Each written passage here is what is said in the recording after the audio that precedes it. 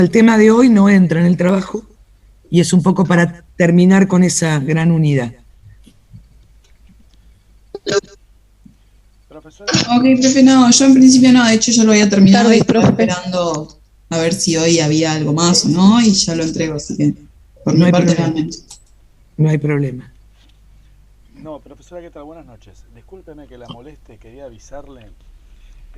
Rodrigo Ponte no se va a conectar, le aplicaron la vacuna hoy y está hecho pomada. No hay problema, no hay problema. Listo. A la única que no le hizo mal fue a mí, me dieron las dos ya y no me hizo nada. Ni me pude tomar el día. No, a mí tampoco me hizo. A mí me dieron la primera dosis de la Sputnik famosa y no me hizo nada, pero a mi señora le hizo pomada también. A mí me dieron... A mí no me hizo nada tampoco, ¿no? Me dieron las dos dosis de AstraZeneca a mí ya. La primera y la segunda. Y me dolió un poco el brazo, pero nada, no otra cosa. Ni siquiera para tomarme licencia. Y como encima me lo hizo dar en el izquierdo, escribo con la derecha, tampoco era tan complicado. O sea que no es que no podía mover la mano, no podía mover la izquierda. Y algunos resistimos más. Pasa que sí. Rodrigo es un hombre flojito. O no, o en realidad es al revés. Y el que tiene más resistencia a lo mejor tiene menos resistencia al virus. Nunca se sabe. ¿Vieron que esas cosas son tan difíciles de conocer?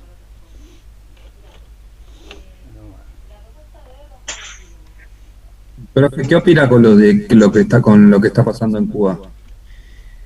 Es un tema. Hoy, antes de empezar con el tema que voy a trabajar, yo decía, ¿cómo no pensar, o sea, lo que sucede en Haití, lo que sucede en Nicaragua, lo que sucede en Cuba, ¿no?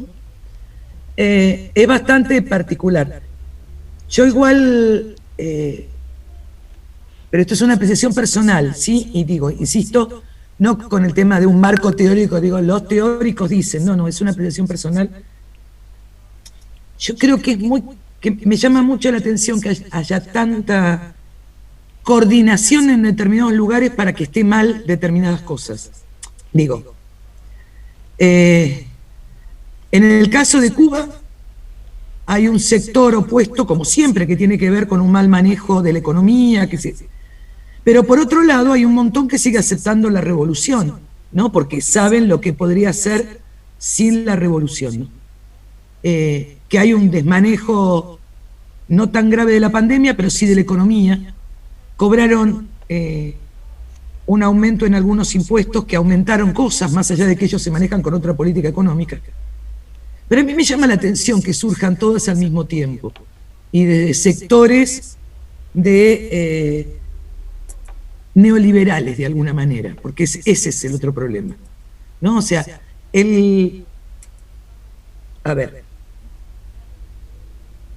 parece ser que el ideólogo de Haití, ¿sí?, era un opositor, porque parece que lo iban a detener en estos días, que quería ser presidente de Haití, ¿no? Era un opositor que estaba viviendo en Miami. En el caso de Nicaragua, el problema son entre los opositores y Ortega. Y Ortega no es el Ortega del 79 de la revolución sandinista, es otro Ortega, ¿no? Un Ortega que negoció con el neoliberalismo y ahora no le gusta la oposición. Y en el caso de Cuba, si bien hay unas cuestiones internas, a mí me parece que desde algún otro lugar está pasando algo. ¿Por qué lo digo? Porque lo mismo pasa con Perú. No puede ser que el día de hoy no puedan proclamar al presidente. Castillo ganó las elecciones y no se animan a proclamarlo porque Keiko Fujimori sigue diciendo que hubo fraude, cuando en realidad el que estaba en el gobierno era del sector de Keiko Fujimori. Digo, es algo muy raro. Me llama la atención que solo pase esto en Latinoamérica, ¿no? Ni son unas derechas muy definidas, ni son los movimientos más revolucionarios, sino son esos movimientos que están medio en transición. Pero digo, esto es lo que me parece a mí. No tengo una opinión formada. Para mí me llama mucho la atención que algo esté pasando, que haya muchas discusiones dentro de la OEA y que Almagro no intervenga. digo, o que haya problemas con el Mercosur. Digo, se dan demasiadas cosas en América Latina que no se están dando en el resto del mundo. O sea, en Europa no está pasando esto, y en Asia y en África están en otra sintonía. Acá me resulta raro. Ahora, no sé por qué. Si es por cuestión de recursos, si es por cuestión ideológica, ¿sí? O por intervenciones externas. No llego a poder leerlo todavía. Digo, no, así que, digo, en función a una posición, a mí me parece muy raro lo que está pasando. ¿Por qué? Por la coordinación al mismo tiempo. Hasta hace poco nadie decía nada de estos movimientos, y se dan todos al mismo tiempo. Por eso me llama la atención, pero digo, no tengo una posición formada de decir, bueno, es así porque... Me sigue resultando extraño, pero no llego a entender por qué. Estuve leyendo algún par de teóricos. Para mí es muy importante Atilio Borón, que trabaja mucho sobre América Latina, y que además, bueno, tengo un aprecio personal porque fue profesor de 3 materias en la facu. Así que allá lejos de hace tiempo era alguien con visualizando un montón de cosas, y leyendo un escrito de él hoy, plantea esta cuestión de, hay muchos errores en Cuba, pero no al nivel de la movilización. O sea, hubo errores anteriores, aún peores, y era el tema, y no había movilizaciones. Justo cuando todos los países votan el levantamiento del bloqueo, porque ustedes vieron que solo 2 países votaron que siga el bloqueo, Estados Unidos e Israel. El resto de los países, 3 se abstuvieron, y el resto de los países piden el levantamiento del bloqueo. Que en realidad el levantamiento del bloqueo permitiría incluso que ingresara gente de otro lado también, ¿no? Porque después de levantar el bloqueo se podría negociar la posibilidad de que no existieran presos políticos, digo, que Naciones Unidas puede entrar, y votan en contra. Y él decía que es raro en función de eso, ¿no? Que sale justo cuando todo el mundo vota. Hace años que no se votaba tanta cantidad de países a favor del levantamiento del bloqueo. Siempre Europa no quería el bloqueo, o sea, sostenía el bloqueo, pero así no había pasado nunca. Pero bueno, nada, insisto, no tengo una posición demasiado formada, o en realidad sigo pensando que hay algo que no me cierra. Esto sí lo tengo claro, ¿no? Estamos en un equilibrio inestable en este momento, ¿no? No sé qué se está jugando. Si detrás de esto también puede haber la posibilidad de inversiones chinas dando vuelta. Digo, no lo sabemos, y que pueden entrar estos países y otros lo quieren bloquear. La verdad que no lo sé. Pero es como muy raro. América Latina de golpe aparece en todos los diarios nuevamente, y hasta ahora no aparecía, ¿no? Estaba como manejada solo por el tema de la pandemia. Pero me sigue resultando complejo, más allá de los errores que tiene Cuba, ¿eh? No estoy diciendo que Cuba esté haciendo un gobierno democrático. Evidentemente es un gobierno de la revolución, por lo tanto no va a ser democrático. O sea, ningún gobierno emanado de la revolución va a ser democrático, ¿sí? Porque forma parte de su ideología. Toman el poder por una revolución. Entonces, en principio no es un gobierno democrático. Y no hay participación de partidos, hay una idea de partido único, entonces ahí ya tenemos un problema. Pero más allá de eso, esto hace 60 años que sucede. Y no había el tema de movilizaciones. Hablan de algunas otras cuestiones, pero bueno, nada, insisto. Es todavía todo muy fresquito. No sé cómo puede terminar. Lo que sí puede pasar es que hay muchos sectores que no quieren saber nada con el intervencionismo norteamericano. Esto también es cierto. De la misma manera que hay un sector en contra del presidente, que por supuesto no es Raúl Castro, porque no es más presidente, o sea, que no es sobre el castrismo, hay un montón que sigue siendo imperialismo. Díaz-Canel creo que es el presidente. Por eso, ya no está más Raúl Castro. También puede ser esto, que no estén los Castro. La verdad que es como un montón de cosas juntas. Pero no te podría decir. Lo que llama la atención, como usted dice, es un poco la simultaneidad, porque además la situación en los países es distinta. Porque si uno dice, bueno, vamos a hacer una lectura exclusivamente de Cuba, uno la puede hacer y puede decir por qué ahora. Y a lo mejor hasta puede deberse a un recambio generacional. O sea, Pero claro, un recambio generacional en Cuba que simultáneamente está sucediendo en todos los demás. Lo de Haití es tremendo, o sea, un presidente no se lo mata 7 tiros así a lo cachorros, una cosa que no se ve ni en Haití ni en ningún otro país, es tremendo. Además le dieron el ingreso al palacio porque dijeron que eran de la DEA. Entraron con credenciales de la DEA, leía hoy el informe, hablando en inglés y en portugués. Y en realidad son colombianos. Y entraron hablando. De hecho, el hijo del presidente de Haití decía que se ocultó. Había dicho que los habían matado estaban hablando en español mientras se comunicaban dentro. Claro, pero cuando ingresaron hablando en inglés y en portugués, ¿no? Cosa extrañísima. Y esto es raro, la verdad que era muy raro. También es cierto esto de que existe, me llamó la atención, hoy decían que, no me acuerdo en qué revista internacional, que hay detrás de esto, como el ideólogo es un general exiliado en Haití. A ver, el que asesinan en Haití era neoliberal, no era revolucionario. Y había negociado con el tema de las oligarquías, porque volviéndolo a ver, pensando en la antigua Haití, una de las cosas que me había llamado la atención es que está privatizada la electricidad, y había un problema con el aumento de la electricidad. Y están privatizadas esto me llamó la atención, no hay más, ¿se acuerdan que había reforma agraria cuando ingresaron a los esclavos, habían dividido las plantaciones? Bueno, hay latifundios de vuelta. Y están algunos en manos de capitales norteamericanos. O sea, es un Haití, o sea, no es que este presidente de Haití es un presidente ni comunista, ni populista, nada que ver. Entró, en realidad, con una elección fraudulenta y ahora iba a una reelección que no correspondía. ¿Sí? Pero dicen que los que no querían saber nada era la oligarquía porque se había vendido, porque había empezado a dar algunas prebendas en función de que lo votaran, porque la elección era ilegal. Había cambiado la Constitución hacía pocos días, que creo que ni siquiera se llegó a nombrar al primer ministro que correspondía, porque se quedó sin primer ministro. Y asume el otro que había cesado, porque lo mataron antes de que firmara el cambio de primer ministro.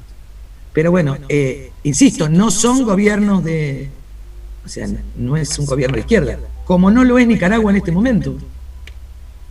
Nicaragua tiene sus graves problemas. El tema es que cuando es el Frente Sandinista, no sé si ustedes saben que el ejército de Nicaragua quedó siempre en manos de Daniel Ortega.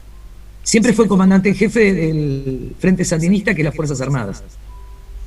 Porque Nicaragua, cuando se hace la revolución, se saca a la Guardia Nacional para sacar a Somoza, que era el jefe de la Guardia Nacional. Y se crea el Ejército Revolucionario Sandinista, que sigue en manos de Ortega, más allá de que Violeta Chamorro haya sido la presidenta. Digo, ahí es un ejército armado ad hoc y nunca lo entregaron. Pero bueno, nada. Supongo que no te contesté, Ariel, porque di mucha vuelta para decirlo, pero es como que no me llega, no llego a entenderlo. No, está bien, creo que claro no lo tiene nadie, yo mucho menos, pero no, me llamó la atención también. Digo, bueno, algún día algo va a tener que pasar en Cuba, porque también están como, no son ni una cosa ni otra, digamos, no sé. Sí, seguramente. El problema es que no terminen en lo que eran antes, en un protectorado norteamericano, porque ese es el temor. ¿Sí? Y que terminen como, no sé, Costa Rica, digo, o sea, países siendo muy pobres. Esto también es un problema, ¿no? Lo que pasó cuando cae el muro de Berlín, todos los países que estaban detrás del muro estuvieron peor en el momento cuando la Unión Soviética los abandona. Ustedes vieron que terminaron los que no pagaban la luz, los que tenían todo resuelto, aunque sea mínimo, por este sistema socialista, lo perdieron. Y empezaron las guerras internas.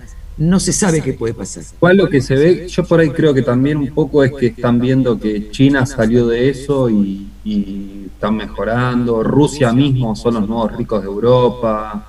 Me parece que hay como una cosa de decir, che, los que nos vendieron esto, mirá, ahora salieron y son... No sé, a mí me dijeron, por ejemplo, que en Europa ventas de inmuebles te piden que hables ruso, porque los rusos ahora son los nuevos ricos, o sea. Pero y eso que los tiene muy controlado. Sí. O sea, que el dinero, o sea, no es que hay ricos, o sea, después de la perestroika sí hubo unos ricos espantosos y fue la mafia hasta que llega Putin, que los tiene bastante, a ver, agarraditos. No es que Putin es demócrata. No, eso está claro, sí, seguro. Pero que hubo como una apertura, por lo menos un poco más capitalista en algún sentido, no sé, o de desarrollo exterior. Pero no hacia adentro. Eso es lo raro, no hacia adentro. Lo mismo pasa con China. No es hacia adentro. Si bien industrializa y demás, no es que el capitalismo crece adentro de China. China se maneja con el capitalismo afuera. Sí, hay salvo 3 ciudades, que Shanghái, Hong Kong, eso sí, tal cual. No sé adentro, pero bueno, que está acumulando riqueza no sabemos para qué, seguro. Pero, es que va a comprar todo lo que encuentre. Que tiene, digamos, eso, que tal cual, digo, que está teniendo un rol dominante y central en la economía mundial, es seguro. Por eso es todo muy raro, digo, no sé si habrá alguna idea de injerencia de capital. ¿Se imaginan si China decide apoyar con capitales a Cuba? No sé si Estados Unidos lo permitiría. Digo, por eso está ahí una especie de situación de los misiles sin misiles. Claro, pero además, como está el bloqueo, no pueden empezar. Pero imagínense que empiece a llevarle cosas a China. Digo, es que también siempre fue, además de su forma política, siempre tuvo esto que decía Alexis, usted también, digamos, que siempre se la tiranearon, ¿no? Digamos, la Unión Soviética o Rusia, su enclave en América es ese, Estados Unidos no los quiere, y bueno, siempre están ahí tiraneados. En realidad, pobres, ¿no? Porque no tienen posibilidad de soberanía. En el fondo, no hay manera de soberanía. Bueno, buenas noches a todos los que fueron llegando. Vamos a trabajar ahora. ¿Se acuerdan que hasta ahora venimos trabajando con refugiados, apátridas? ¿Sí? Bueno, hoy, como para terminar con este tema, la idea es trabajar con migraciones, pero de tipo, ahí lo ven, ¿no? Sí. Migraciones relacionadas con lo ambiental. ¿Una catástrofe, profe, puede ser entonces? Exactamente.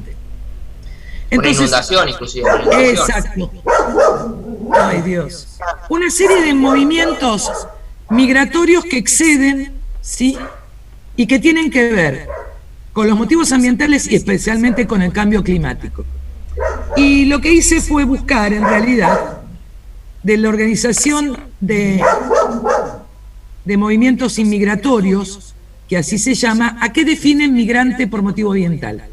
Porque hay toda una discusión, por ejemplo, en el ACNUR, donde dice que no son refugiados ambientales, que están pidiendo... Sí. Una consulta, las migraciones se interpreta o tengo entendido que sería geopolítico ya, ¿no? El aspecto, porque reside dentro de la región, digamos, una reubicación sería a través de una catástrofe, bueno, donde se reubica esa población. Claro, eso si estuviera organizado. En principio hay un montón de migrantes que se van por razones ambientales y se van a otro lado, que no entran ni con el estatus de, ante una catástrofe, trasladarlos y darle alimento. Por eso dice que no entra en la categoría de refugiado. Y se acuerdan que el refugiado, el Estado se tenía que hacer cargo. Que muchas veces son desplazamientos, la mayoría son desplazamientos internos hacia las grandes ciudades, ¿sí? Alejándose de las zonas y conformando a sus alrededores muchas veces lo que nosotros llamamos villa de emergencia, Chabola se llama en Colombia, no sé, barrios marginales, digo, alrededor de las grandes ciudades, generando graves conflictos. Y él dice que ellos, o sea, esta organización lo que plantea es que por problemas que tiene que ver con el medio ambiente y que incide sobre su vida, se tienen que trasladar. ¿Cuál es la discusión que tiene la ACNUR y decir por qué no O sea, habría que ponerlos en la categoría de refugiados. Porque los motivos ambientales no son por esos pueblos. O sea, no es que la población, ahora vamos a ver de un par de países, la población, no sé, en Perú es la que hizo el desastre natural. No, en líneas generales hay una sobreexplotación a veces de los suelos por empresas que no viven ahí. No, o sea, no es que el pueblo destruyó sus propios recursos. Por eso dicen que debería ser tomado como posibilidad de refugiados. Pero bueno, hasta ahora son solo migrantes por motivos ambientales. Y lo que plantean esta organización es que en líneas generales puede ser nuevos desastres naturales relacionados con el clima, consecuencias del calentamiento global, cambio climático, falta de agua o inundaciones, la subida del nivel del mar, que tiene que ver con el cambio climático y el deshielo, y el otro tema es la competencia por los pocos recursos que hay que terminan, los pocos recursos que quedan, hay un grupo que tiene que emigrar sí o sí porque no tendría alimento.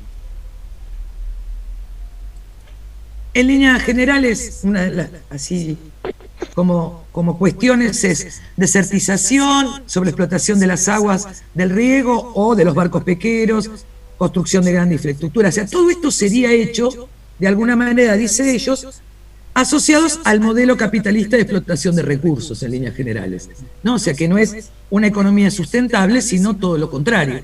Es maximización de los recursos y una vez que se terminan, se terminan. Además del tema de armas químicas que se usan en la guerra o que se tiraban en alta mar, residuos nucleares o pruebas nucleares, digo. Esto como causas macro, ¿sí? Y me gustaría trabajar 4 que me resultaron interesantes.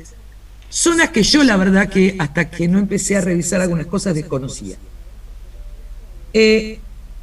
Esta ciudad, que vamos a pasar al mapita, que está acá, Estrecho de Bering, para nosotros es un lugar recontra conocido en historia. Esta zona, ¿sí?, tiene un grave problema, que es que se están, como el agua se va derritiendo. ¿Se acuerdan que les dije que de alguna manera estaba bajando, se estaban derritiendo los hielos? Esta es la zona de esquimales, ¿sí?, que viven de caza, pesca. Bueno, uno de los graves problemas es que subió tanto el nivel del mar que empiezan a destruirse las casas que están en la costa. Y en Alaska, si no se vive en la costa, dentro de Alaska es muy difícil, porque es una zona mucho más congelada, entonces siempre están cerca de la costa. Bueno, hay una erosión de la costa, se va derritiendo este tema de la capa de hielo, y las casas quedan abajo del agua. O sea, se va corriendo, va avanzando el agua sobre el continente. Otra de las cuestiones es Bangladesh, y para que recuerden, Bangladesh era una parte... ¿Sí?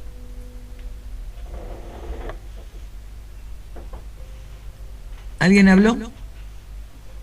Es un micrófono, profe. Ah. No, profe, perdón, lo activé yo sin querer, perdón. No hay drama. No, por si querían decir. Bangladesh, en realidad, ¿sí?, es la unión del delta del río Ganges y Brahmaputra, que, si ustedes recordarán, estuvieron en la India, es como la cuna de la civilización de la India. Bangladesh se independiza, ¿sí?, de la India. ¿Por qué? Porque acá hay un sector de castas diferentes al resto de la India.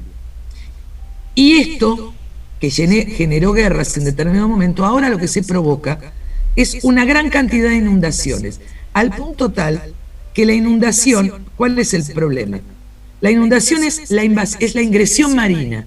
Está ingresando agua salada sobre las tierras, y esta es una zona donde ellos cultivaban arroz. No se puede cultivar sobre agua salada, porque termina quemándolo. Entonces, esta ingresión marina está provocando, ¿sí?, inundaciones en la zona y sacándole los pocos recursos que les quedan. Por lo tanto, terminan yéndose a la India, a Nepal o a Bután. No pueden ir a Myanmar, porque Myanmar tuvo un golpe de Estado hace 4 meses, 5, y acá hay un montón yéndose, pero además, cuando se genera Bangladesh es porque habían peleado con la India y con Nepal, lo mismo cuando se genera en Nepal, que antes pertenecían a la India que le correspondía a los ingleses, tienen problemas de distintas etnias, entonces tienen graves problemas. Estamos mirando, como ven... Además, quería decir eso un poco, me parece raro la separación, obviamente, de un país justo en el medio por estas aguas. A ver, no sé si hay un país en específico que esté separado en el medio en estas dos partes, es como bastante particular. Sí, lo fueron tiene que ver con las últimas independencias, ¿sí? Que le dieron la posibilidad de generarse. Antes la India se extendía por aquí, en la India británica, ni Bután ni Nepal, o sea, formaban parte de la India, ¿sí? Pero bueno, el grave problema acá que tenemos es este tema de las inundaciones, una zona muy rica arrocera que ahora está teniendo problemas, pero que no depende de los que viven en Bangladesh, insisto en esto, o los que viven en Alaska. Tienen que ver con factores externos y que no les queda más remedio que mudarse a otro lado porque no pueden vivir, no tienen manera, ¿sí? Yo había conocido a todo esto, ¿no? Añadiendo esto, yo cuando estaba en el secundario había conocido a un chico oriundo de Bangladesh, sí, que se había tenido que ir por estas mismas cuestiones, que allá no hay futuro, no importa si es porque no puede comer o por esto, por situaciones ambientales no tienen futuro allá. O sea, viven en una situación muy miserable y su idea principal era irse a Estados Unidos, pero como no llegaba, se vino a Argentina y se quedó acá. Pero se fue porque me dijo, allá no hay futuro. Claro, pero además ni siquiera ni futuro ni comida, porque el tema es, el futuro para nosotros es tener una casa, tener un auto. Cuando uno piensa en futuro, no en líneas generales, ¿qué piensa? Tener una casa, un auto, un buen trabajo, un estatus, poder irme de vacaciones. Esta gente está pensando en comida, que es aún peor, es lo mínimo indispensable, ¿no es cierto?, para poder convivir o para poder vivir. Profesora, inclusive se ven los chicos que están desnutridos. Exacto. En el país hay fotos con los chicos que se le notan como el cuerpo y todo, tiene que dar impresión. Sí. Ahora, el problema es de las malas políticas de Bangladesh. Podrá haber o no malas políticas económicas, la realidad es que esto los excede, ¿sí? Si en realidad sigue habiendo deforestación, siguen creciendo las aguas y además de esto contamino todo lo que contamino y rompo la capa de ozono, esto genera cuestiones ambientales que les tocan directamente, ¿no? Así que bueno, se tienen que ir sí o sí porque no les queda otra opción. Yo tomé un par de países nada más, después igual cuando empecemos con los casos vamos a trabajar de otra manera. Aparte es de hace años, profe, no es de hace 2 años, son años largos. Exacto. Pero se viene como cada vez peor, ¿sí? O sea, cada vez es peor, porque cada vez resiste menos el ambiente. Otros casos es Kiribati, en realidad que está a punto de desaparecer, que en realidad está, para que se ubiquen, esperen, porque fui poniendo los mapitas separados. Bueno, Kiribati son estas islas, este archipiélago, ¿sí? Que está al norte de Australia, que son en realidad atolones coralinos, o sea que son islas de coral, lo cual implica que con el movimiento de las aguas y la contaminación se van desarmando. De estas islas, que son 33, algunas tienen población y otras no. Y hay un gran reservorio turístico, porque se imaginan que viven en una islita, una población chiquitita, pescadores, y se hacía como turismo aventura, y ahora tienen grave problema porque están desapareciendo, se les está desmantelando esas islas. Y tienen que emigrar, no les queda otro remedio que emigrar hacia Australia, donde no siempre son bien recibidos. Tengan en cuenta que esta república, por ejemplo, se independizó en 1979, porque eran islas que estaban en manos de los británicos. O sea, son todas las últimas en líneas generales, ¿no? Y el problema que tienen es que, miren esto, ¿no? Los isleños y los atolones se ven afectados el mar sube 1 metro, 1,220 centímetros, 1,20 m por año. ¿Sí? No les queda, en cualquier momento los va a arrasar, porque en 10 años tenemos 10 metros, un poco más. ¿Sí? Bueno, y es un estado, aunque parezca mentira. El otro tema es Somalia, o Somalia, como lo llaman, que no sé si lo ubican, históricamente era el cuerno de África, ¿se ubican? ¿Sí? Era justo el cuerno de África. Hoy, y esto lo vamos a trabajar después como una cuestión geopolítica, Somalia está dividida, en realidad, en Somaliland, que es un país que se declaró independiente en 1991, pero que nadie lo reconoce a nivel internacional, que es de una etnia determinada. Acá es una zona en disputa entre ambos, que es Puntland, o sea, esta zona donde hay unos grupos guerrilleros de otra etnia y que combaten con Somalia todo el tiempo. Y además, ¿qué ha sucedido en la zona de Somalia? En líneas generales, al revés que en el resto, un tema de sequía. Yo no sé si ustedes lo vieron, pero esto es una meseta, no es que el mar está acá nomás, es una meseta, es una especie de, a ver, ¿cómo explicarles?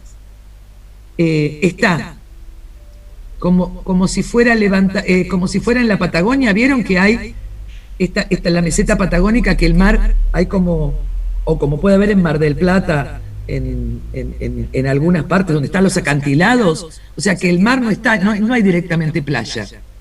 Bueno, esto hace que los vientos que tendrían que entrar por el mar no lleguen a traer las lluvias en esta zona, sino que queden en la costa, queden en la costa, y toda esta zona sea la zona de sequía.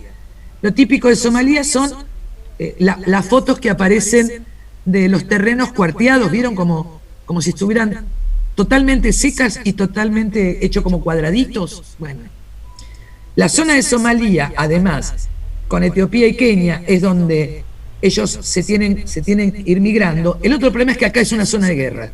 Acá también hay refugiados, ¿sí? Que tienen que irse a Etiopía y a Kenia. Porque acá, esto lo vamos a ver después, hay un tema de combate continuo por este país que se declara independiente en el 91, pero no es reconocido por Naciones Unidas, y esta zona donde está en disputa entre ambas, que quiere quedarse con toda la Somalia. Insisto, eran las últimas colonias, ¿sí? Sé que eso era que se había fragmentado por la caída del gobierno de aquel entonces. Claro. Acá tenía que ver con esto, que tiene que ver incluso con los grupos armados, porque son etnias diferentes. Entonces, mientras primero fue parte de una colonia inglesa, y después... Italiana, después tuvo un convenio con Inglaterra por el tema de la posibilidad de si había petróleo, porque ese es el otro tema, y finalmente, cuando se los declara independientes, el problema que hay es entre las distintas etnias que se pelean, y la existencia, por supuesto, de determinadas brigadas yihadistas, o sea, porque también el tema es que hay musulmanes, hay una cuestión internacional muy particular. Pero bueno, esto igual lo vamos a trabajar en el tema de Somalia como caso. Yo ahora lo traía como cuestión ambiental.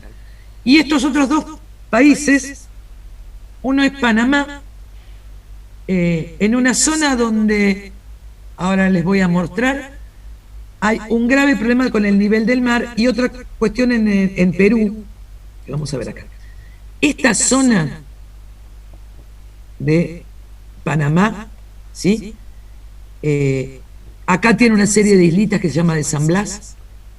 Toda esta zona se está inundando, está subiendo el nivel del mar, y esta zona está obligando a los que viven ahí a retirarse hacia otro lado. ¿Cuál es el problema? Que nosotros tenemos por acá el canal de Panamá. Entonces, más o menos, ¿qué es lo que va a significar esto? Que no pueden pasar de un lado al otro, ¿sí? Entonces, muchos de ellos están siendo recibidos por Colombia, que es lo que tienen más cerca. Pero ¿cuál es el otro problema? Colombia tiene un grave problema de violencia y de refugiados a su vez de Colombia, y Colombia recibía muchísima cantidad de refugiados venezolanos. Entonces, acá hay otro conflicto. Y estos serían migraciones, primero hacia adentro de Panamá y otras especialmente hacia Colombia, porque esta zona está quedando debajo del agua. Y por último, el caso de Perú. Hay una zona que se llama Paoyán, que no sé cómo se dirá a nivel de comunidad nativa, porque este mapa me pareció interesante, que es del Perú. Si ustedes se ubican, ¿ustedes se acuerdan dónde nace el Amazonas? El Amazonas no nace en Brasil. Desde Bolivia, ¿no? El Amazonas en realidad nace en Perú a partir del río Marañón, que es este. Y después hay un río que se llama Ucayali, ¿sí? Si lo ven acá, estos dos. Bueno, toda esta zona, esto ya ingresa al Amazonas. Acá está Brasil, acá está Colombia. Toda esta zona, por la deforestación, porque vienen deforestando, porque esta zona era una zona selvática, lo mismo que están deforestando en Brasil, genera que el suelo no pueda absorber la cantidad de lluvias. Por lo tanto, esta zona, en la zona de Loreto, las inundaciones estén arrasando con todos los pueblos que son de comunidades indígenas. Y por otro lado, en esta zona, si ustedes se fijan, aparece Pérez Compán, Burlington, Barber, Repsol, o sea, hay una cantidad de petroleras que también están haciendo calentamiento global sobre esta zona. ¿Sí? Están. Profe, y lo de por la zona de Brasil también era cerca de lo que es Colombia, lo de Chico Méndez, lo del caucho. Exactamente, exactamente. Es en la zona de Brasil lo de Chico Méndez. Acá es donde matan a Berta Cáceres. Vieron que es una de las que pelea para sostener esto. Bueno, hace unos años, Berta Cáceres creo que se llamaba, que está peleando para que no le saquen las tierras. Miren, todas estas que están acá marcaditas, por eso me pareció interesante el mapita, todos estos dibujitos de colores son todas comunidades nativas, ¿sí? Que no están adentro de los estados, pero viven como comunidades. Son muchas y tienen tierras, si ustedes lo ven, son tierras productivas. Entonces, esta comunidad, por ejemplo, está saliendo de este lugar y se está yendo hacia otros lugares. Y esta zona, que era una zona de cultivo, se está perdiendo. Bien. O sea, la idea de alguna manera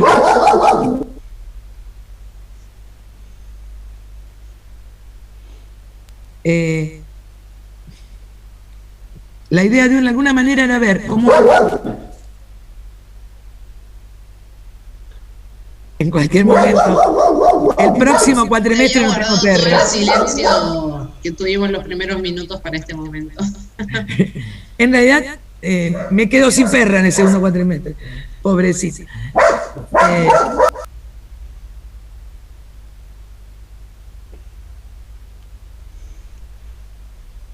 Es el horario que mis vecinos sacan a pasear a sus perros. Entonces los sacan a pasear por la vereda y ella se pone nerviosa. Bien. ¿Se entiende cómo son diferentes esta cuestión de desplazamientos ambientales?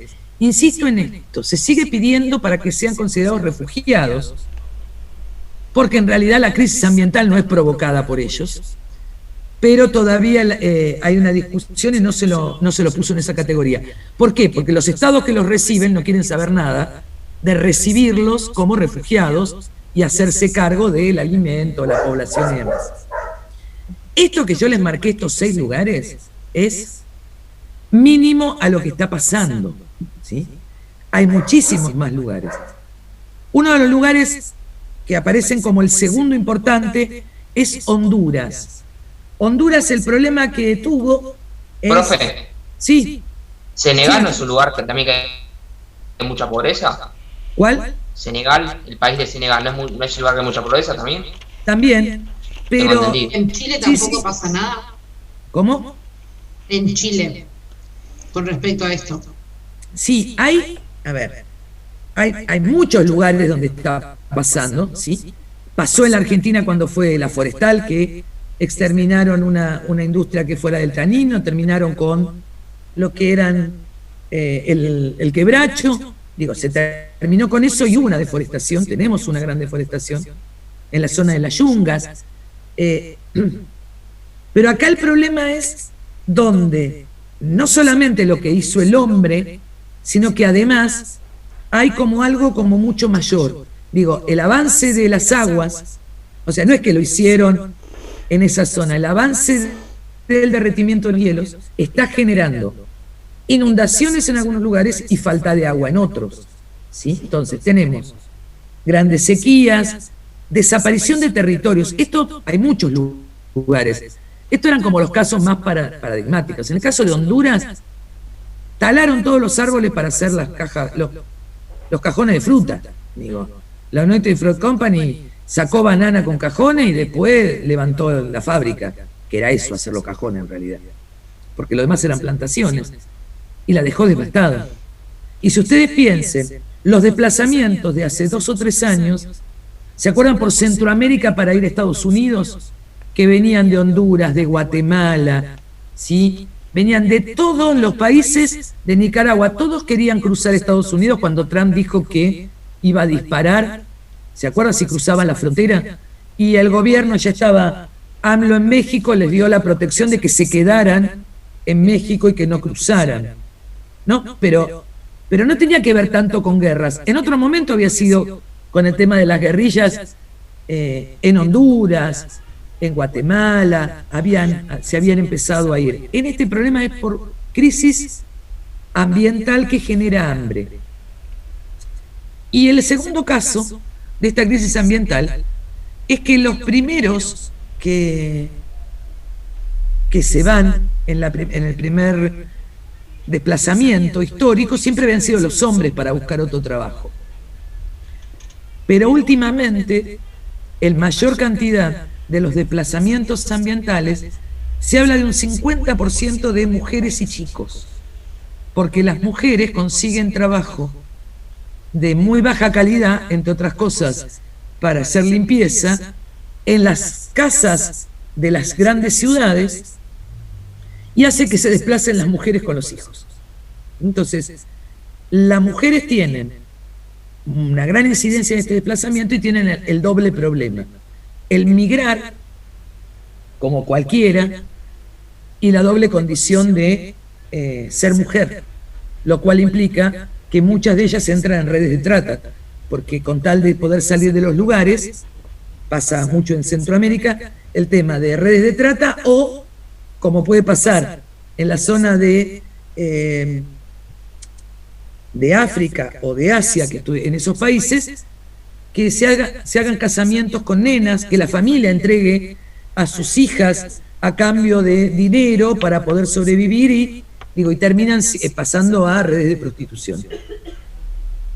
Y una de las cosas que me llamaba la atención en los informes que hacía el ACNUR, entre otras cosas, era que cuando se las entrevistaba, sobre todo las mujeres de Centroamérica que llegaban a Estados Unidos para ser personal doméstico, no tomaban como violencia de género que ellas hayan sido violadas en el trayecto o entregadas en trata, porque lo tomaban como algo que lo tenían como naturalizado, que a las mujeres eso les sucede, ¿no? Entonces, cuando en Estados Unidos le hacían las preguntas, cómo las habían maltratado, y en realidad era algo que ya tenían como, que les llamaba la atención con internalizado, que muchas habían sufrido abusos desde muy chicas en sus propias casas, ¿no? Entonces lo tomaban como, formaba parte del ser mujer.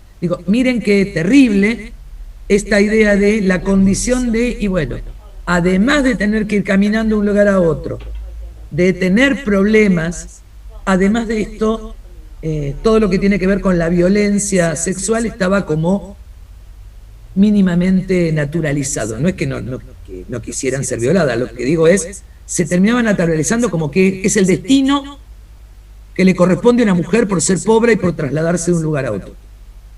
Entonces, hay una serie de trabajos en Estados Unidos, sobre todo con las mujeres de Centroamérica y de algunas zonas de México, que están trabajando fuertemente para desnaturalizar este tema, ¿sí? En México también pasa, ustedes vieron que Ciudad Juárez es la ciudad donde teóricamente desaparecen mujeres, en realidad después se encuentran los cadáveres de las mujeres. O sea, hay una cuestión de trata, de prostitución y además de asesinato de una forma terrorífica. Sí, le digo que por ahí no solamente el tema de consecuencia de las migraciones. Yo tengo un familiar que se fue hace unos años a República Dominicana, un señor grande, ¿no?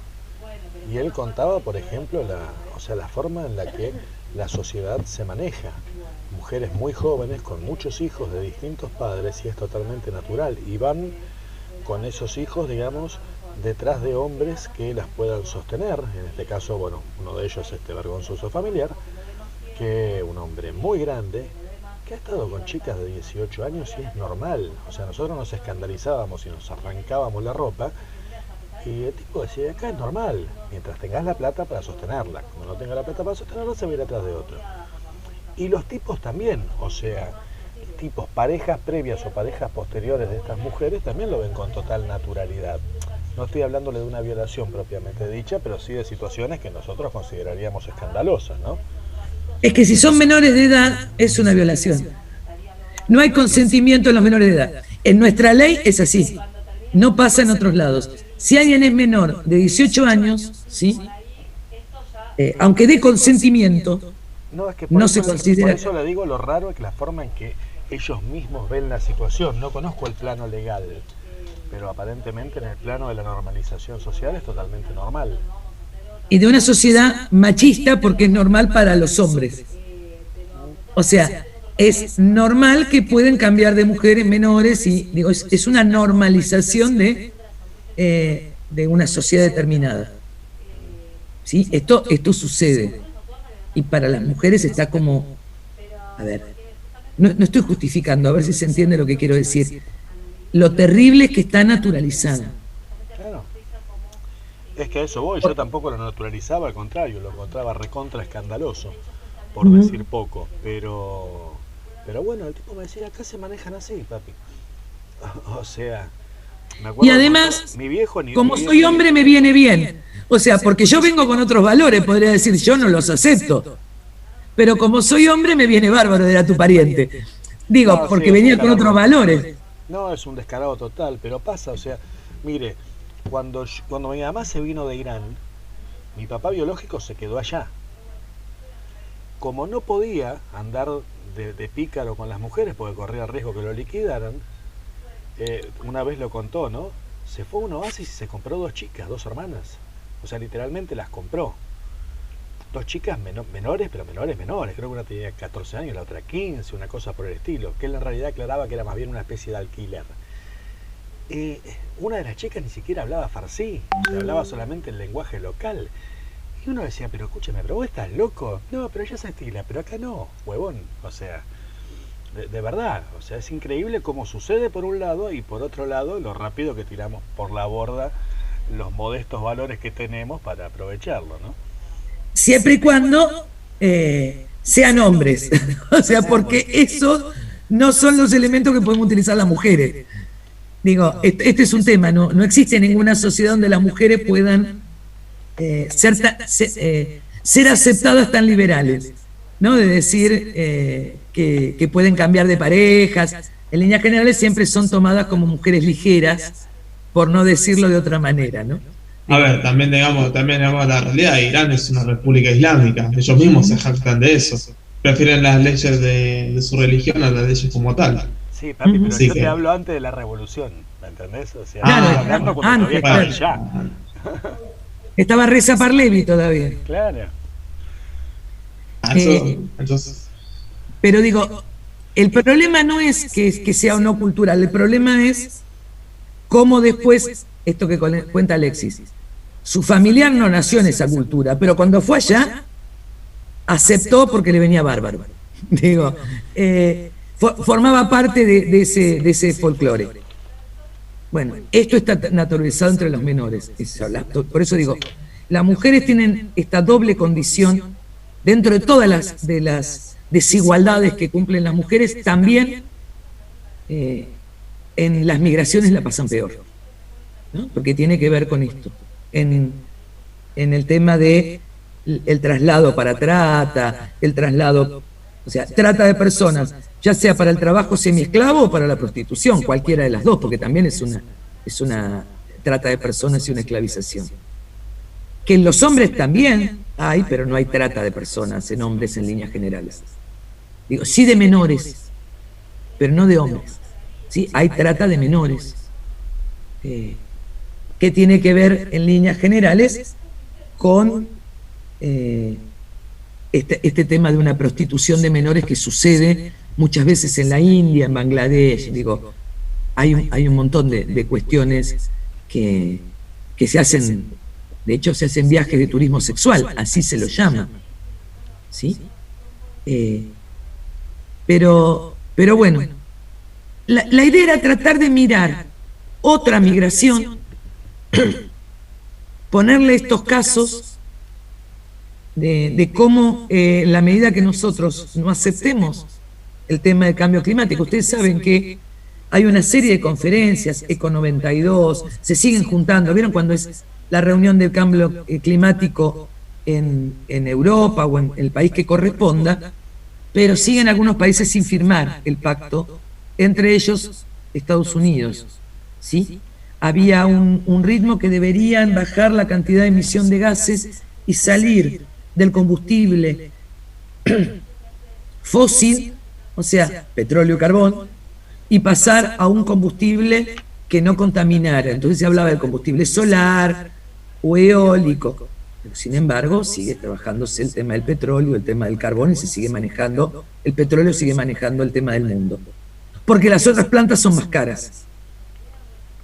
Entonces, se siguen discutiendo estas cuestiones a nivel internacional, se juntan los países, pero terminan perdiendo en realidad los países más vulnerados, que son aquellos, en líneas generales, más pobres, ¿sí? El día que se les inunden las costas a los norteamericanos, a los ingleses es más difícil porque tiene que subir el Támesis, digo, excepto a los portuarios, digo, pero las ciudades capitales, ahí se van a dar cuenta de lo que está pasando. Pero, bueno, tiene que ver con esto, con la explotación de recursos, ¿sí? Ustedes saben que la revolución industrial tenía como meta lo que tenía que ver con el desarrollo ilimitado hasta 1930. En 1930 fue la crisis. Estos que pensaban que el desarrollo era ilimitado, el 30 le quebró la bolsa. Volvieron a recomponerse y la otra crisis así de crecimiento impresionante fue el 73 con la crisis petrolera de OPEP. Y después empezaron en los 2000, 2007, 2008, ¿se acuerdan todo lo que tenía que ver con las propiedades en Estados Unidos?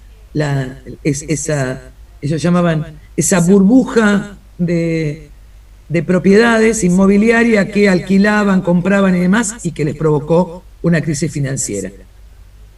Es lo que nosotros conocemos como después lo que fue el efecto tequila, digo, todo lo que tuvo que ver con las crisis económicas mundiales. Pero que son crisis que tienen que ver con esta idea del desarrollo. Ahora las crisis pasan por otro lado, porque ahora son crisis monetarias, sin necesidad de tantos recursos. Pero, sí o sí, sobre todo después de la pandemia o durante la pandemia, pasó a ser muy importante la producción de alimentos. O sea, por la idea de los países que no podían comprar. O sea, cuando se frenó el mundo, en la primera etapa de la pandemia pasó a ser muy importante el tema de las plantas alimenticias. Y hay una nueva inversión de empresas multinacionales en empresas alimenticias en otros países, que no son los propios, para tener el manejo del alimento. Bueno, esto también está provocando crisis de gente que no puede comprar alimentos y comienzan a irse a otros lugares. En los problemas, en las zonas más pobres, es que no pueden ni cultivar su alimento.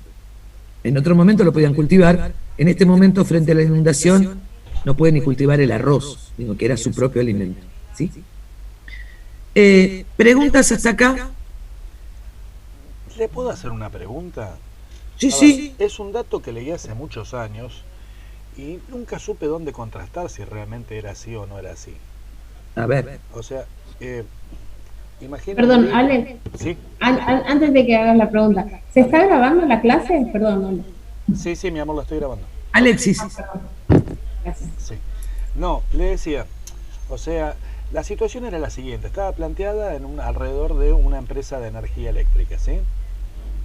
Y la novela transcurría con enfrentamientos entre grupos, los que estaban a favor de la empresa y los que estaban en contra y buscaban las energías más limpias. Entonces, en un momento hay un planteo que está hecho ahí que dicen, muchas veces se cree rápidamente que las energías, por ejemplo la solar, no contaminan. Pero el tipo planteaba, dice, la cantidad de paneles solares que hay que poner para abastecer una ciudad, no me acuerdo cuál era, la ciudad X, es enorme y los lugares donde se colocan esos paneles solares rara vez se pueden utilizar para otra actividad productiva. Entonces decía, depende cómo consideremos el tema de la contaminación. Si yo necesito una superficie equivalente, lo digo yo, ¿no? Esto, a Buenos Aires, para colocar paneles solares, para abastecer Buenos Aires, y ese territorio no lo puedo usar para ninguna otra actividad productiva, también de alguna manera es como que es un territorio que, a ver, no se puede usar. Por ahí no tiene ningún tóxico, pero no se puede usar para cultivos o para otra cosa. Nunca supe si era tan así o era un argumento falaz de la novela, pero siempre me quedó picando la idea. La realidad es que primero hay que pensar qué significa la productividad, ¿no? Si la producción es para generar tanto excedente, para que algunos tengan mucho y otros nada, digo, acá se genera el grave problema. Acá el problema de la producción es el tema del excedente, ¿sí? Por el sistema capitalista. ¿Es necesario tener la cantidad de celulares que existen? Digo, la cantidad de baterías que se tiran de litio tiene mucho más que ver con una necesidad de consumo que se nos generó, porque todos vivíamos sin celulares y vivíamos. Y había un teléfono cada 3 cuadras, digo, y se vivía. Y todo el mundo estaba comunicado de alguna manera, aunque se fuera con señales de humo, pero se vivía. Digo, este tema del consumo, ¿sí?, genera, entre otras cosas, mayor contaminación. Entonces, lo que se está planteando es la idea de bajar con el tema del consumismo para no tener que necesitar la misma energía, que entiendo que decís, de paneles solares para poner en funcionamiento la cantidad de fábricas. Bueno, habrá que ver qué tipo de producciones se pueden sostener a partir sobre todo del desarrollo de la economía sustentable por el problema de la comida. Porque una de las crisis mayores que quedan demostradas es que la gente no come. O sea, no es que tiene una casa, o que tiene un trabajo, o que tiene un auto, no sé si se entiende dónde voy. La gente no come. Hay un porcentaje a nivel mundial de gente que no come. Es impensable en un mundo donde hay comida. Claro, ya un bien indispensable no lo tienen, profe, porque ya un auto y todo es un bien más personal, más económico. El bien indispensable que es la comida no la tienen. No tienen comida y no tienen agua.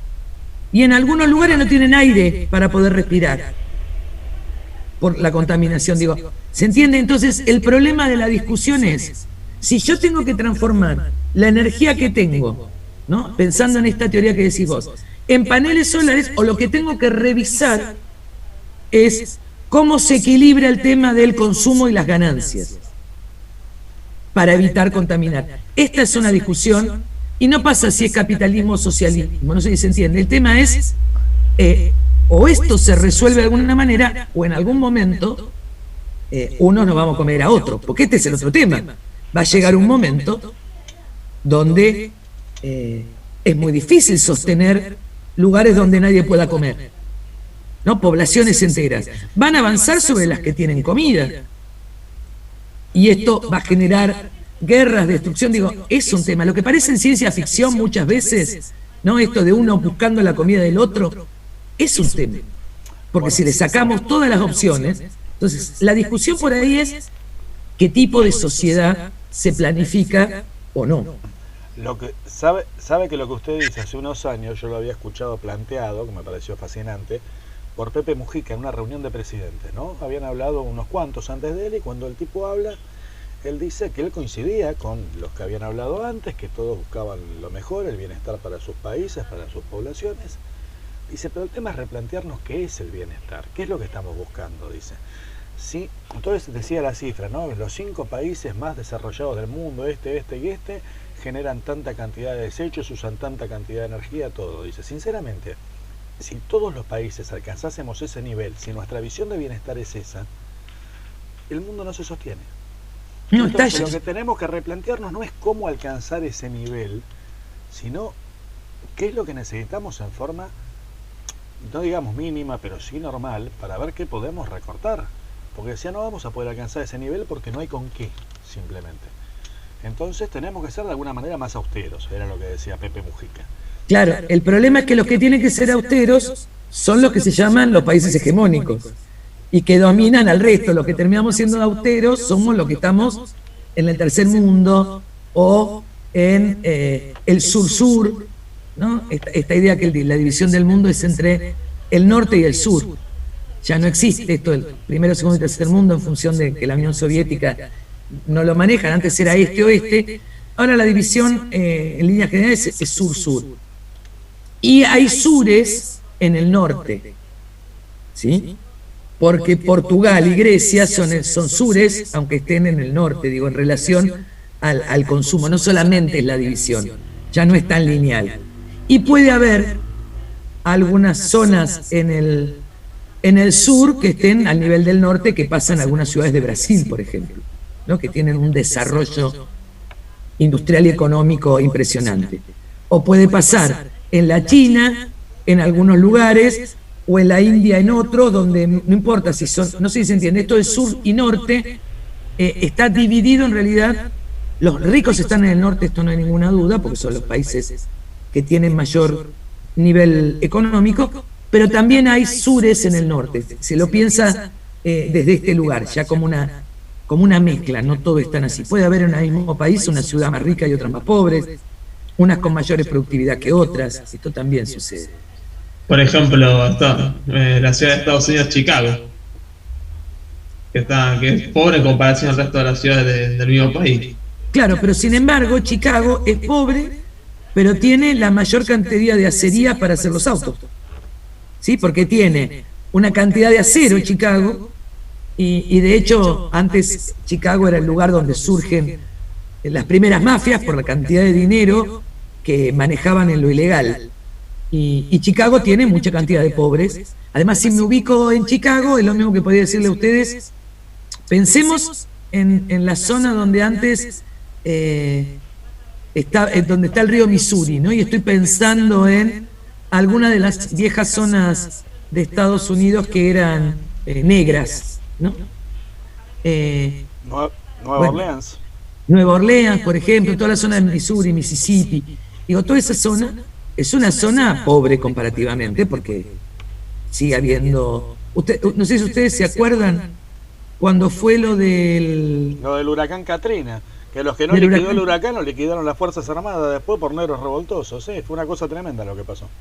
Y además, el tema Katrina fue lo que demostró, los pusieron a todos juntos adentro de unas canchas de fútbol. Digo, no tenían ni idea que cuando uno traslada un grupo de gente, traslada todo. O sea, el bueno, el malo, el delincuente, el violador. Digo, cuando uno traslada una población, no sabe quiénes son. Si no organiza determinadas cuestiones de cómo repartir el alimento, cómo custodiar que no se roben, digo, uno no sabe con quién va. Porque uno vive cada uno en su casa. Bueno, esta es una cosa que pasó. Lo de Katrina demostró lo vulnerable que era toda esa zona, ¿no? Que arrasaron con todo y fue terrible. Lo mismo le pasa en Haití, tuvo una serie de huracanes similares que los destruye, pero tampoco tienen, el problema es que las islas no tienen dónde irse. Este es un tema, ¿no? Que tampoco tienen dónde trasladarse. No, aparte de la infraestructura, yo me acuerdo que para la época que había estado el terremoto de Haití, que había dejado no sé cuántos pobres tipos reventados, había habido un terremoto de similares características en Chile, y creo que 2 mujeres habían roto una uña. O sea, el terremoto había sido similar, pero la infraestructura de Haití se vino abajo y la infraestructura de Chile no. O sea, Y además, en el caso de los huracanes, Estados Unidos con Miami lo termina desalojando, ¿sí? Trasladando a continente. En Cuba, en Haití, ¿a dónde van? Digo, están en islas. Esto también es un problema. Se van de una punta a la otra, pero no más que eso. ¿Y hasta dónde pueden irse a resistir de una punta a la otra? La gente se va a trasladar, no quiere dejar sus cosas porque se las roban, lo poco que tiene. Digo, si no hay una política de organización estatal es como muy difícil. Esto sucede. Claro, profe, en el sentido de una prevención del riesgo de vulnerabilidad, hay que entender el desarrollo del progreso justamente con un mayor grado de vulnerabilidad. Si uno no trabaja, lo que afecta es a la zona marginal, encima a los pobres, por decirlo de otra manera. Es que ese es un tema. El tema es que el desarrollo genera vulnerabilidad. Y al principio se pensaba que esto no iba a pasar nunca, ¿no? Que total había tantos recursos que eran ilimitados. Bueno, ahora claro, pero no se entendió. Un ejemplo, Pergamino. No es lo mismo, digamos, en épocas anteriores con 50 personas que ya con un aumento que va a crear vulnerabilidades por la cuenca, por lo que sea, pero ya hay que organizar justamente ese riesgo. Sí, es un tema. Esto tiene que ver. Primero había un cambio que era despoblar el campo hacia las ciudades para buscar el trabajo cuando surgían las fábricas. Y ahí ya teníamos un despoblamiento en una zona y una superpoblación en otra. Y ahora ni siquiera es eso, porque en muchos lugares es el trasladarse no solamente del campo a las ciudades, sino a países cruzando fronteras, lo que significaba, ¿se acuerdan? Poder pasar una frontera, y lo que significa en este caso tener que hacer desplazamientos, ya no solo por cuestiones políticas, religiosas, económicas, porque quiero tener un futuro, sino que la que estoy planteando yo es de vida o muerte. Es en función al ambiente. Durante mucho tiempo se discutía que la única manera de resolver esto era que las empresas contaminantes, las empresas que habían destruido de alguna manera los recursos, debían pagar. Eso se llamaba, en realidad, era algo así como una cuota verde, ¿no? Entonces, hay que pagar, si desmantelaron árboles, hay que poner árboles. Entonces, si no ponían los árboles, pagaban dinero. En realidad, no alcanza el tiempo para esa cuota verde. Hay empresas que le conviene mucho más pagar una cuota verde, sí, que dejar de contaminar. Profe, en ese sentido fue el juicio que ganó el Estado de Ecuador contra la Chevron. Exactamente. Que se rompió un oleoducto y en el medio de la selva quedó absolutamente toda la selva empetrolada y tuvieron que pagar una reparación multimillonaria. Igual la reparación siempre, por más multimillonaria que sea y loable igual que sea, porque en general incluso no las pagan, incluso pagándolas tampoco se recupera demasiado, digo. El petróleo se cayó, digo, estuvo ahí. Y el año ya está hecho. Y había que preguntarle lo que le salió a Correa el pago de Chevron. Sí, le costó caro, la verdad. Le costó más caro, ¿sí? La persecución y el tener que perder las elecciones. O sea, todo lo que significó, porque digo, estas cosas también se pagan. Entonces, a veces políticamente no se animan algunos gobiernos. Lo que pasa es una situación compleja. Yo me acuerdo hace unos años se hablaba de Lula, y consta que Lula dentro de todo me parece de lo mejorcito, ¿no?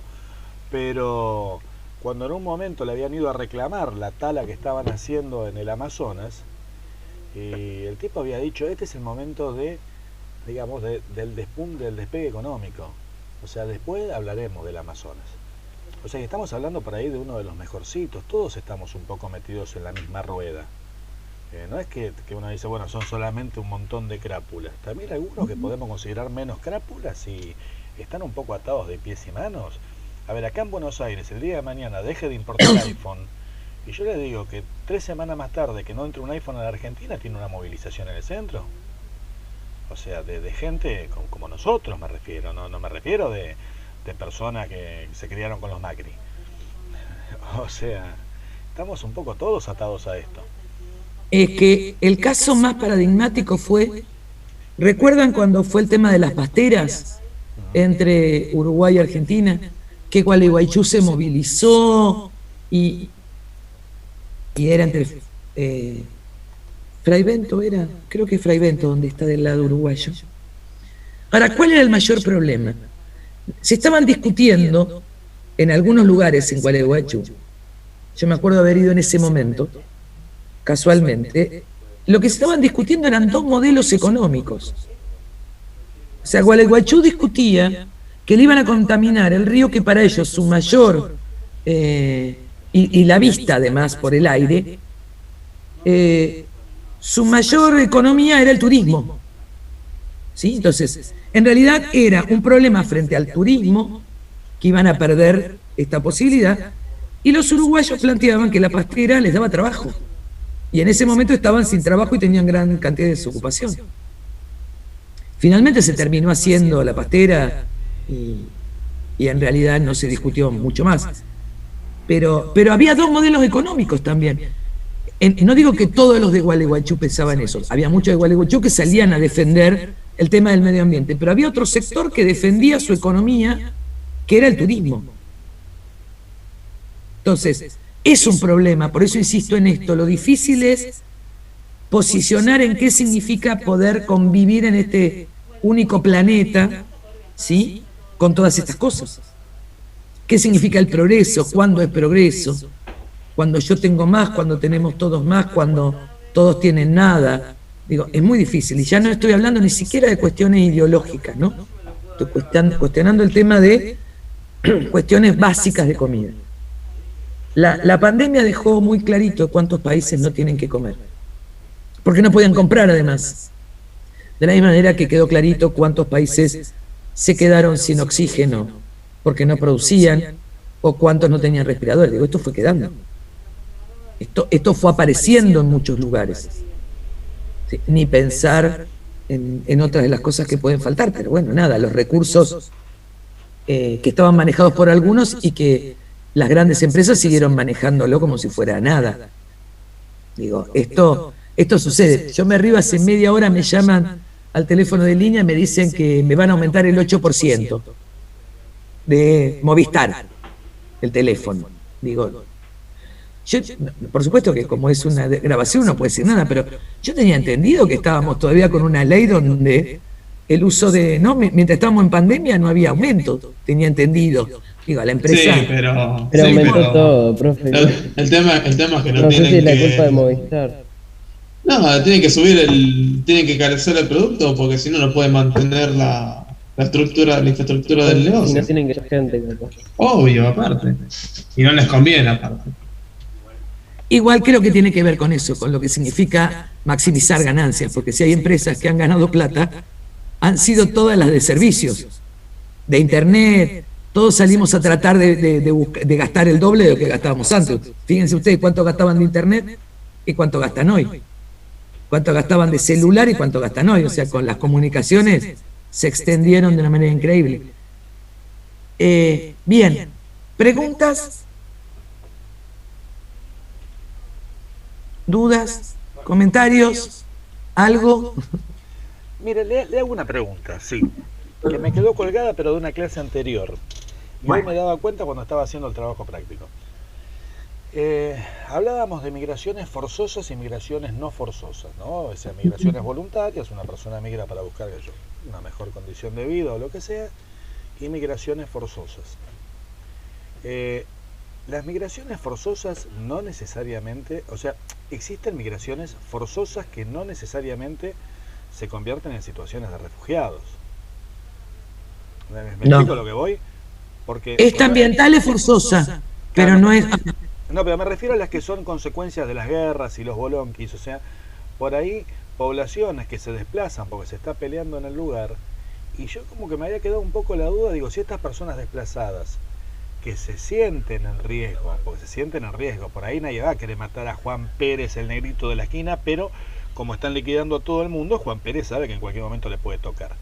Estas poblaciones desplazadas no necesariamente terminan en condiciones de refugiados, también en muchos casos. No, tendrían que pedir, lo que pasa es que podrían pedir la condición de refugiado, porque corre peligro su vida, entonces ellos tienen que pedir la condición. El tema es si el otro Estado quiere considerarlos refugiados y bancarlos. Claro, no, pero digamos que también pueden ser migrantes simplemente, o sea, sine qua non, sin necesidad de que sean refugiados, por más que se hayan desplazado por estos motivos.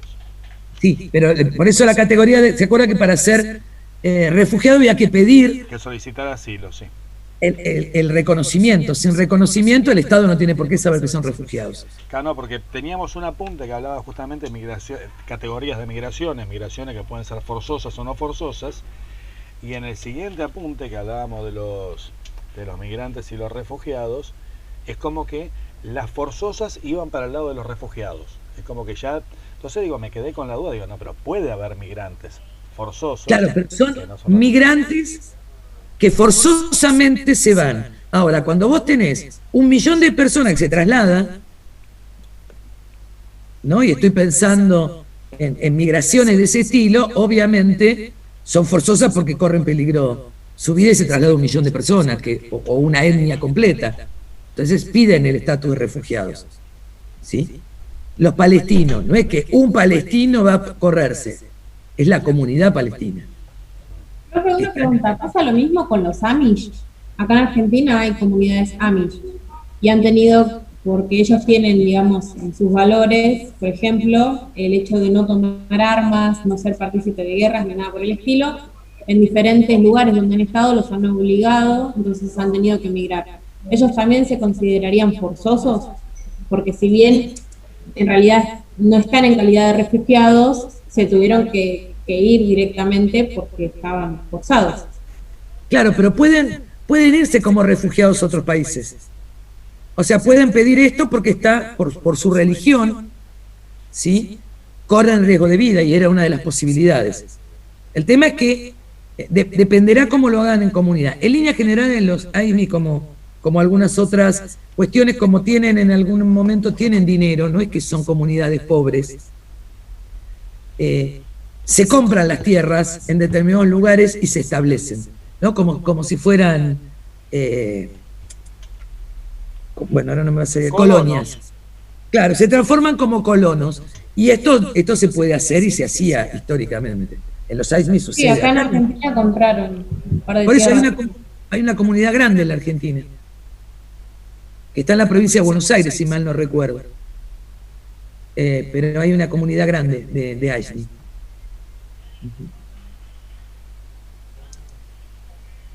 Sí, Maxi, habías abierto el micrófono antes y después habló Alexis. No, me genera una duda el tema con respecto a las viviendas. Por ejemplo, acá en La Matanza hay viviendas, esto lo vimos en segundo año, si mal no recuerdo, en geografía.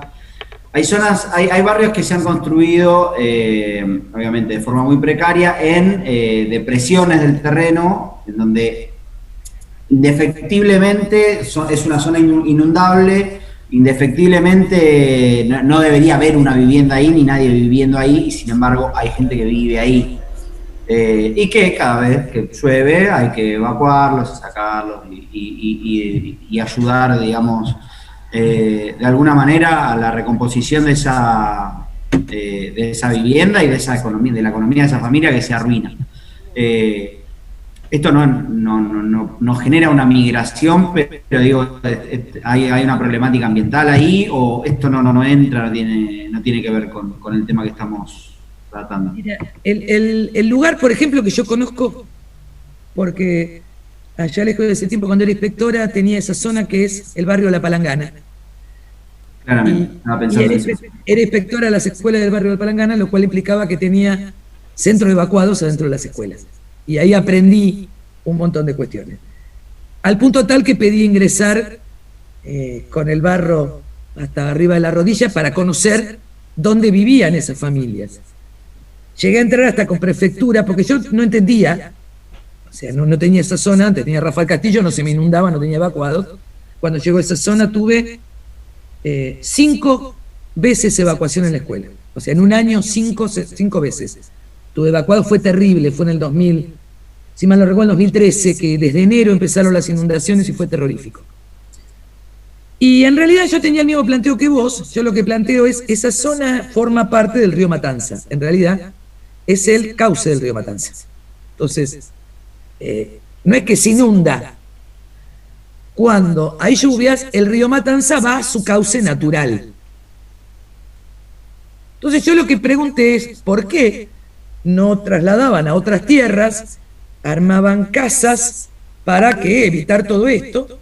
Nunca me voy a olvidar un señor de la de prefectura que me dijo, y que estaba con la gente del municipio. Le digo, bueno, porque trasladan, hagan en otro lugar, y me dice, y al toque vamos a tener que poner acá 14 millones de soldados para que no vuelva otro grupo a sentarse. Digo, porque el tema es, lo que faltan son viviendas en toda la Matanza, como faltan en muchos lugares. Entonces el problema es, esa zona nunca podía tener viviendas. De hecho, el barrio se llama Juan Domingo Perón y no tiene escuelas. Las escuelas están al costado de esa primera línea. ¿Por qué no hay escuelas? Porque el Estado no lo reconoce como barrio. Esto apréndanlo. Cuando un barrio tiene una escuela, ese barrio no se saca más. Porque el Estado le pone una escuela, lo cual lo reconoce como barrio. Ese barrio no tiene escuelas, las tiene tangenciales, lo tiene lo que se llama el barrio Luján, que está al costado, pero no el propio barrio Juan Domingo Perón, que es el que sale de la Ruta 21. Por este tema de que nunca lo van a urbanizar. Ahora, este es un problema.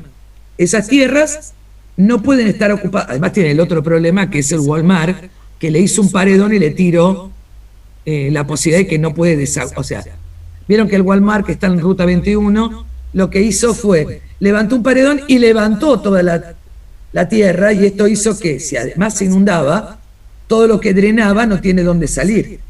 Entonces, eso generó una gran pileta. Igual, últimamente se viene inundando menos, y tiene que ver porque dragaron a parte del río Matanza. Ahí la solución es entubar ese río Matanza, de alguna manera, y así evitar que se inunde. Pero hay que entubarlo, no en la Matanza, sino traerlo desde el norte. Y no quieren la gente que tiene los campos en Ezeiza y en Cañuelas, porque es el mismo río. El problema es que era un río que tenía que... es más, yo he visto fotos donde había frutillas. O sea, era una zona donde había un campo de frutillas, o sea, que era un balneario.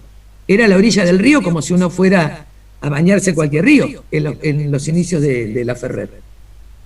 Ahora, eso tiene que ver con una cuestión urbana, no tiene que ver con una cuestión de contaminación. Es el ubicarnos, no sé, la ciudad de Buenos Aires está... Si uno mira un mapa de la ciudad de Buenos Aires, cómo está cruzado por ríos, ¿sí? Nosotros llamamos arroyos, pero en realidad, por eso era la pampa húmeda. Cómo viene toda la provincia y cómo desembocan desde la ciudad de Buenos Aires al Río de la Plata, porque ¿por dónde bajan? Por la extensión de la ciudad de Buenos Aires. Todo eso está entubado, ¿no? El Maldonado es el más grande, pero hay un montón de los que vienen. Bueno, el tema es que si yo me pongo en el medio de donde desemboca el río, el problema soy yo. Ahora, por otro lado, si yo le pongo pavimento, las ciudades las estoy armando sobre algo que es estructuralmente diferente. ¿Sí? Este es un problema. Ahora, yo no digo que hay que dejar todos los ríos al aire libre, porque vivimos en estas zonas, en las zonas que son productivas.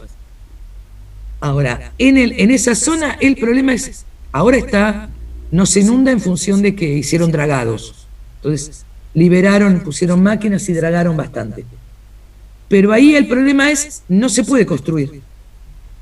Porque, es más, en el fondo hay casas sobre pilotes. No están puestos los pilotes como justo al final del barrio.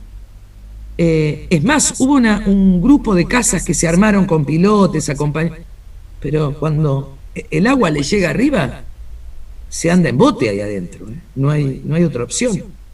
A la población se la sacaban gomones para traerlas adentro de la escuela. En ese momento la escuela 70 y 69, que son las dos primarias del barrio Luján. Pero bueno, la inundación tenía 4 o 5 metros, no estoy hablando de 2 metros en la casa, ¿no? Casas tapadas de agua, que por supuesto pierden todo. Y después es muy duro porque se cree que con un colchón o la ropa se devuelven cosas. Yo he visto gente, no lo había vivido nunca hasta que lo viví, la gente cuando decía que perdió la foto de su hijo que había fallecido, cosas que no tienen cómo volver a tenerse, ¿eh? Piense cada uno en su casa. Hay cosas que uno tiene que no las vuelve a recuperar, que no es un colchón y la ropa, ¿no? Es la pérdida de objetos que no va a volver a tener nunca en su vida. Bueno, esto era lo que generaba a la gente en las inundaciones. Lo terrible era eso, como cuando se quema una casa, digo. Son objetos que no tienen un valor simbólico. Puedo tener una casa igual, pero hay objetos que no los voy a recuperar nunca más. Esto era como lo que a mí me llama la atención por no entenderlo, porque no había estado en una inundación nunca. Entonces no poder entender qué puede pasar con esta gente, y que después la discusión era, y bueno, le dan un colchón. Igual con un colchón no se resolvía. Y lo peor que he escuchado a veces... profe, mi hermano vivía ahí, por empezar, después se mudó. Y quedaron conocidos que yo le iba a visitar, que me decían literalmente, no podemos tener nada, por 2 cuestiones. Una, porque lo perdés, y otra, porque a la misma vez, esto más alejado por ahí, que igualmente cuando era muy grande la crecida lo afectaba, estaban los censos, el censo que dictaminaba si a vos te correspondía, cosa que no es nada, un subsidio. Y en relación a lo que dictaminaba el censo, vos podías acceder o no, pero en sí me decía que no podías tener nada porque perdías todo. Es que perdías todo. Yo nunca lo había pensado, hasta vieron que como a uno le pasa que uno tiene como algunas ideas hasta que las vive desde otro lugar, ¿no? Y esta idea de, nunca había pensado en una foto.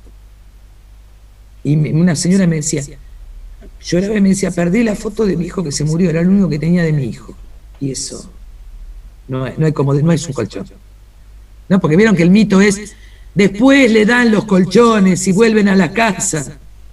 Nada. Pero bueno, nada, esto es una apreciación personal, porque me tocó duro estar ahí y duro quedarme en el centro de evacuados un par de horas, porque había conflictos entre la municipalidad, los docentes, digo, pasa de todo. Que si la escuela o no la escuela, digo, esas cosas pasan en todos lados. Pero bueno, eso pasa, y lo que vos decís, Maxi, es ese tema, es ese barrio porque está sobre el cauce del río. Entonces el río llueve, y la otra son las compuertas que hablan míticamente, porque no sé si son reales, que las compuertas que hablan en cañuelas para que no se les inunde. Pero es un mito, siempre dicen, no, ahora van a abrir las compuertas, entonces sube el agua. La verdad que no sé si existen las compuertas para que no se le inunden los campos o no. Lo desconozco, pero después siempre se hablaba de, ahora abren las compuertas. En líneas generales ustedes saben que no se inunda cuando llueve, se inunda 2 días después. Si me está lloviendo, la inundación es el tema de los charcos en líneas generales. El río comienza a subir cuando ya no drena más a lluvia.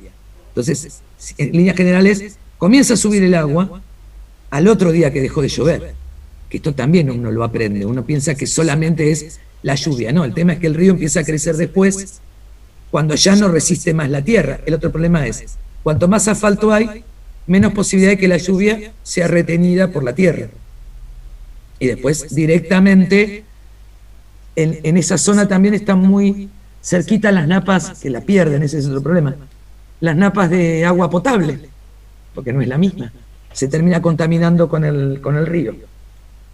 Sí, ¿no? Que a la vez, no sé la zona esa, pero por ejemplo las napas, por tendencia, han empezado a subir cuando se dejó de extraer agua de las mismas, ¿no? En Lomas de Zamora, cuando empezaron a traer el agua corriente, no sé de dónde diablos, pero dejaron de procesar el agua de las napas, había empezado a subir en todos lados, y gente que tenía cocheras, no le digo sótanos, pero cocheras esas para abajo, la napa le salía por abajo de las baldosas el agua, porque habían dejado de usar esa agua para traer otra. Por eso teóricamente cada tanto en la provincia lo que tienen que hacer es sacar agua, no sé si habrán visto alguna vez en los camiones que están sacando aguas de las alcantarillas grandes para evitar eso, que no se inunden, o el problema que después tenemos, la cloaca, como no hay cloacas, hay pozos ciegos, se juntan las napas. En muchas zonas que sigue habiendo pozos, sobre todo en esa zona.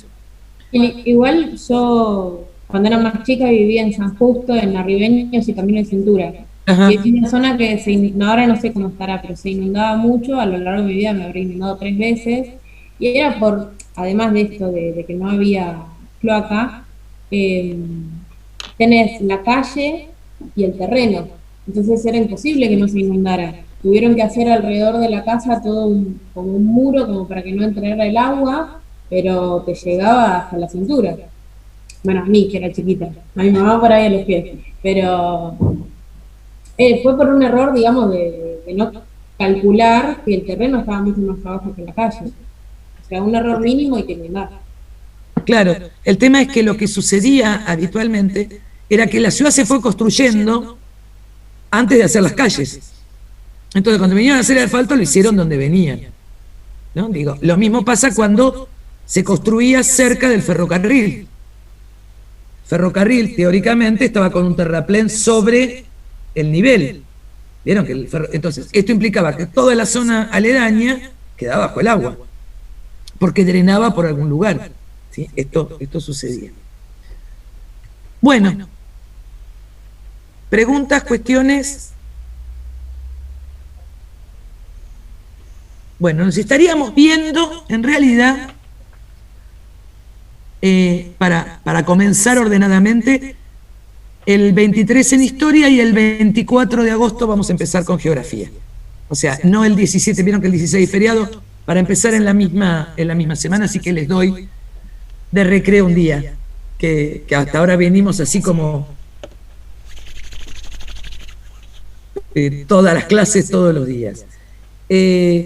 Cualquier cosa que necesiten de cualquiera de los 2 trabajos, me escriben por mensaje y por el Classroom, y lo recibo en el mail, así que no hay problema. Y me avisan si no, algunos ya entregaron, otros no. Hoy estuve mirando y hay de los 2, o sea, hay gente que entregó alguna de las actividades de una materia o de la otra. Bueno, les tomo lista. ¿Alguno de ustedes tiene que rendir Historia de tercero? Yo, profe. ¿Americana de tercero? Sí. ¿Te anotaste ya? Bien. Así les mando qué cosas vamos a trabajar. Así, por eso. Pero tenía que esperar teóricamente hasta el viernes. ¿Sí? ¿Vos, Valeria, también tenés que dar Historia? Ah, no. Bueno, les tomo lista entonces. Alzogaray, Alceamendia, Abayone, Benítez, Bonomo, sí. Presente, profe. Ah, Facundo, ahí estás, gracias. Cabrera, Castaña. Presente. Profe, acá estoy a balones, estaba distraída, disculpe. No, bien, no hay problema. Zafaste porque estás adelante. El problema es... Leal no tiene hablando el micrófono. Bueno, gracias. Casuceli. Presente. Gracias. Cid, presente. Correa, me pareció verlo también. ¿O no? Correa. Cueva, no. Da Costa, sí. Presente, no. Ah, por eso estabas, Hernán. Sí. Darrichón, no. Décima. Di Marcio. Presente, profe. Gracias. Duarte, estabas, Belinda, por ahí. Por lo menos ahí te dejas. Sí, profe, presente. Fabiano Bu también está. Fernández Agustín también. Ferrari también. Flores. Presente. Francisca. Estabas por ahí, Salvador, me pareció. Algunos me acuerdo y otros no. Gómez. Gustín. Gutiérrez Presente. Flores. Ah, Agustín. Gutiérrez Presente, Flores. profe. Presente, Bien. Gutiérrez Flores. Gracias, Gastón. De nada. Leal está. Licerre. Hola, profe. Acá estoy. Bien. Mancilla está. Martín Capitao. Acá, profe, presente.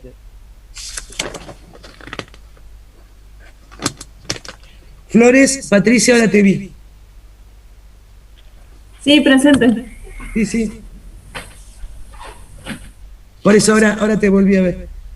Monteiro. Montenegro. Sí, acá, profe. Natalia. Gracias. Mota. Sí, profe, acá, presente. Mulet. Neira. Oces. Estaba Oces, ¿no? Sí, profe, acá, presente. Pase. Palaminuta también la vi Acá, entrar. profe, acá.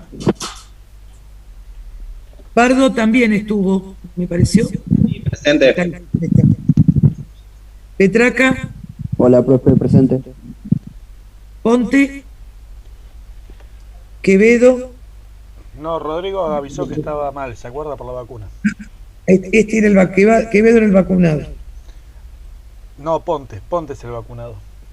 Ah, Quevedo presente, profe. ahí está. Ahí está. Quiroga, Enzo.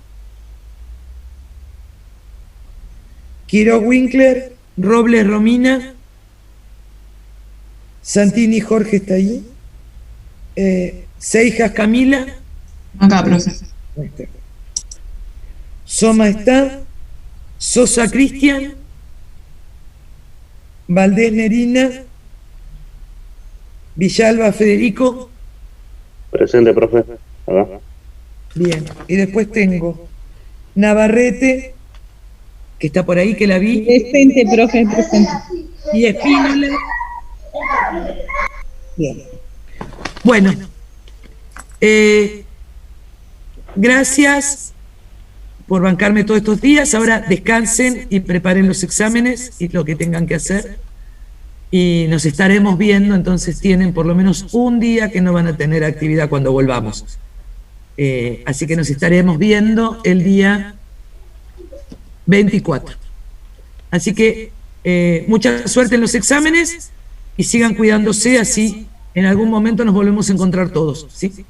Gracias, profe. Gracias, profe. Buenas vacaciones. Gracias a todos. Buenas vacaciones. Gracias. Hasta luego. Chao, profe.